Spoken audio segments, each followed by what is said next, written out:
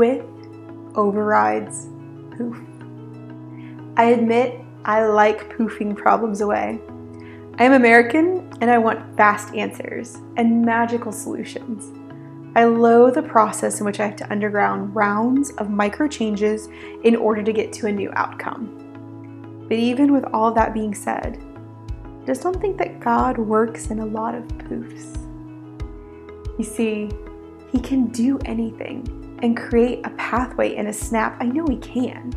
I think He's powerful enough to, but I think at times He's loving enough not to. This does not mean that He won't remove the weight of a burden or provide freedom in ways which are quick. I have experienced that many times in my own life, and I'm grateful for that immediate release of pressure. I simply know there have been other times in which He's let me wrestle through the process of healing. Why? Because I needed the time and space to explore the hurt or confusion. And He was loving enough to give me that time and space. Because here's the thing, inside of that space, I had Him. And I've come to discover that with overrides poof. Even though I want everything to just be snapped away, I find that Jesus gently brings me through a process of healing alongside of Him. For He's promised to Emmanuel with me, to be with me, to be by my side through it all. See, when I was in my early 20s, I had a friend who had a 400-pound object crush her leg. It didn't break, but she had this most horrific bruise that was there a year later.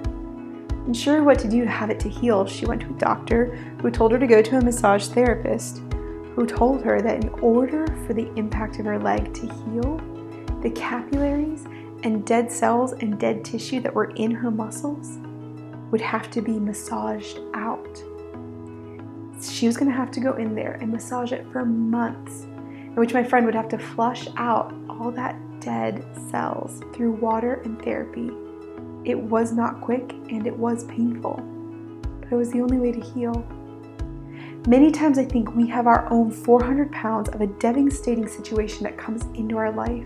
We have areas which are bruised beyond normal repair, can lead to mental health battles, dark thoughts, addictions, and a number of coping mechanisms which can numb the impact of the situation, but don't heal it.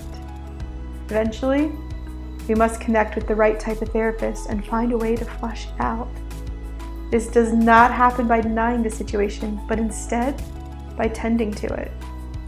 Jesus has promised to be our guide and our healer, our teacher and our great physician. But we must allow God to work on those tender areas of our thoughts and emotions. Sometimes this happens through pastoral or professional counseling, in which someone can help us to see where God was and how He can restore us to wholeness. Other times, we discover it through our own pursuit of Him and by getting to know His goodness through His own words. No matter how we come to see Him, I truly believe that He is with us, and in the end, with overrides poof, because He is the healer and He will unfold the depths of our own healing.